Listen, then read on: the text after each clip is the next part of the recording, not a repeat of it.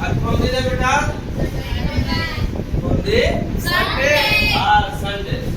Sunday Sunday को हम लोग आर्टिकल पढ़ रहे हैं, इसलिए हमने लिख दिया है कि आर्टिकल ब्रैकेट में हमने डाल दिया है क्या? संडे। क्या डाल दिया? संडे। संडे संडे को मिलेगा। आज स्पेशल क्लास है और आपके एग्जाम में 2 नंबर का सवाल डीबीआई के रूप में जो एग्जाम्पल यहाँ देंगे वही एग्जाम्पल आपके परीक्षा हॉल में आएगा। तब डीबीआई सवाल है, अब इसको हम लोग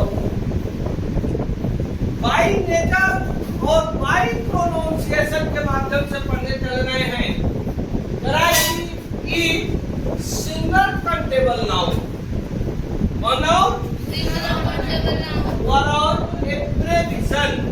एब्रेविएशन का मतलब होता है शब्द का लघु रूप।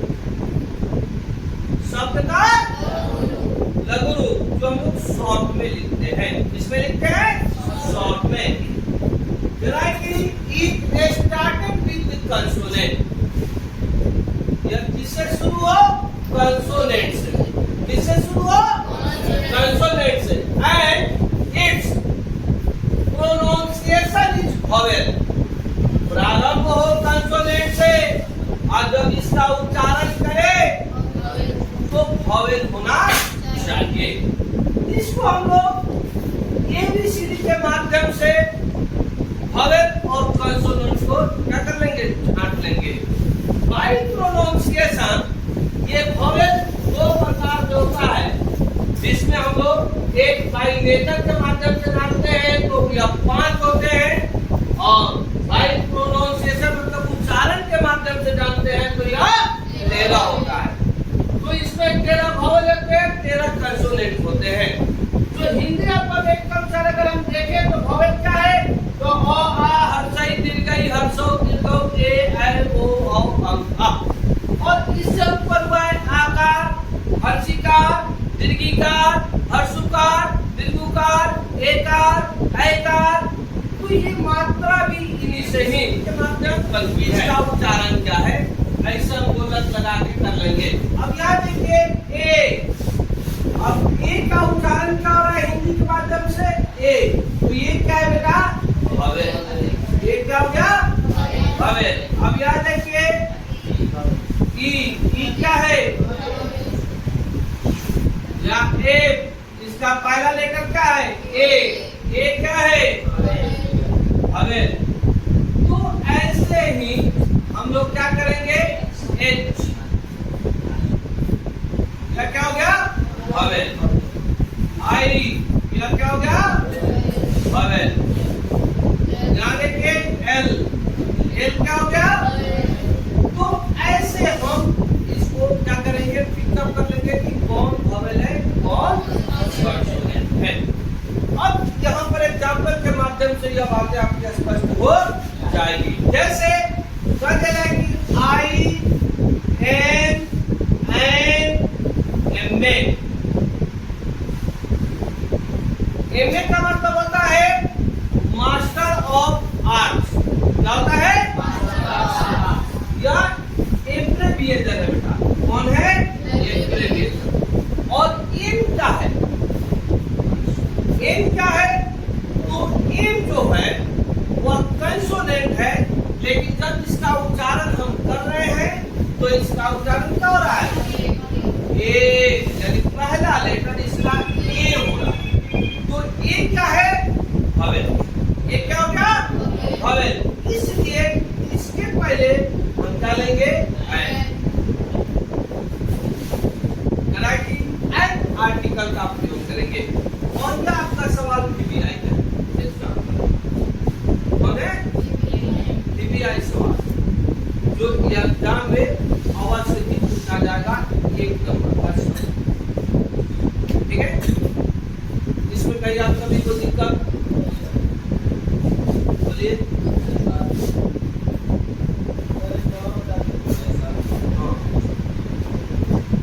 ये वाला ये कह रहा है कि आप यहाँ देखिए इसके माध्यम से बाई नेचर में हमें क्या होता है? तो कंसोनेंट कितना हुआ? 21 बटा, तो m तो इस बाई नेचर के अनुसार m नहीं है, तो m क्या है आपका कंसोनेंट। और आपका नियम वही कह रहा है कि single countable noun were on abbreviation it started with the consonant, यानी यह कंसोनेंट से शुरू हो रहा है। किससे शुरू हो रहा है? कंसोनेंट से। लेकिन कह रहे and its pronunciation is vowel, लेकिन जब इसका उच्चारण कर रहे हैं, जब इसको हम लोग पढ़ रहे हैं, तो इसका उच्चारण क्या हो रहा है? क्या हो रहा है? वोवेल हो रहा है। इसलिए इसके पहले हम क्या लगा रहे हैं? क्या लगा रहे हैं? क्या है? क्योंकि इसका उच्चारण हमें वोवेल क्या हो रहा है? अब कैसे कर दिया जाए? अब देखिए, Ram is an honest man. Ram एक ईमानदार व्यक्ति है। तो ऑनेस्ट शब्द तो होता है, बिना एडजेक्टिव होता है, लेकिन इसमें हम मैन को पकड़कर दोनों की गुणवत्ता को एक साथ बयान कर रहे हैं। लेकिन एच क्या है? तो यह कंसोनेंट है। लेकिन जब इसको आप पढ़ेंगे, क्या लिखेंगे? ऑनेस्ट। क्या लिखेंगे? तो एच का उच्चारण यहाँ क्या हो रहा है? तो इसके पहले हमने क्या लगाया? इसमें कहीं दिक्कत आपको? कोई दिक्कत? जैसे एक सिक्का के दो पहलू होते हैं, तो आपने यहाँ वोवेल फॉर्मेट तो जान लिया जो कंसोनेंट से शुरू हुआ। अब उसका पहलू हम लोग पढ़ने जा रहे हैं दूसरा हिस्सा। करें कि if single countable noun is started with vowel, अगर कोई बेटी एन्ना तक एन्ना करें कि if single countable noun is started with vowel, vowel से शुरू हो। किससे शुरू हो? वोवेल से। तो वोवेल कितने होते हैं? तो बाइनेशन में 5 ही होते हैं। कितने होते हैं? यहाँ पर इस नियम का प्रयोग नहीं होगा। यहाँ इस रूल्स को हम लोग फॉलो करेंगे कि वोवेल 5 होते हैं बाय नेचर, और उसमें से किसी एक से यदि सिंगल काउंटेबल नाउन प्रारंभ होता है and its pronunciation is consonant, और ये कंसोनेंट साउंड प्रोडक्शन करता है, मतलब उच्चारण। Now we also understand the condition of the both, there you also ABCD also divided the both conditions by the letters and the pronunciation, then you also understand the whole condition to which like letter is also belong to the consonant and which letter is also belong to the vowel. So we also know by the example, हम इसको example के माध्यम से आसानी से समझ सकते हैं।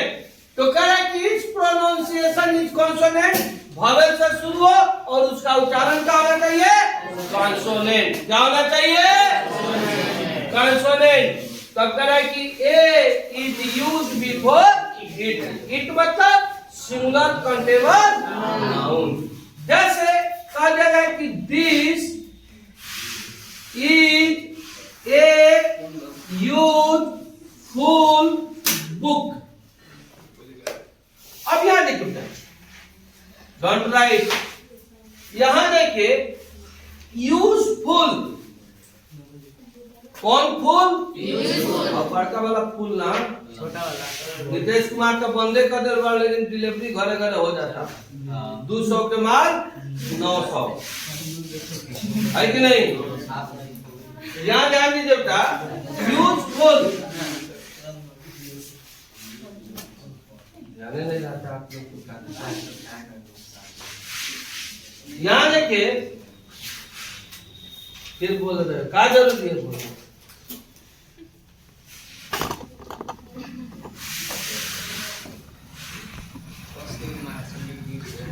अब यहां देखिए कि यह जो है यूजफुल, यह यू जो है वह क्या है? किसके अनुसार? मतलब इसकी उत्पत्ति इसी में हुई है। लेकिन जब इसका हम उच्चारण करेंगे, क्या करेंगे? उच्चारण करेंगे, तो इस उच्चारण के तहत क्या होगा? ये बन जाएगा कंसोनेंट। क्या बन जाएगा? अब देखिए, यूजफुल।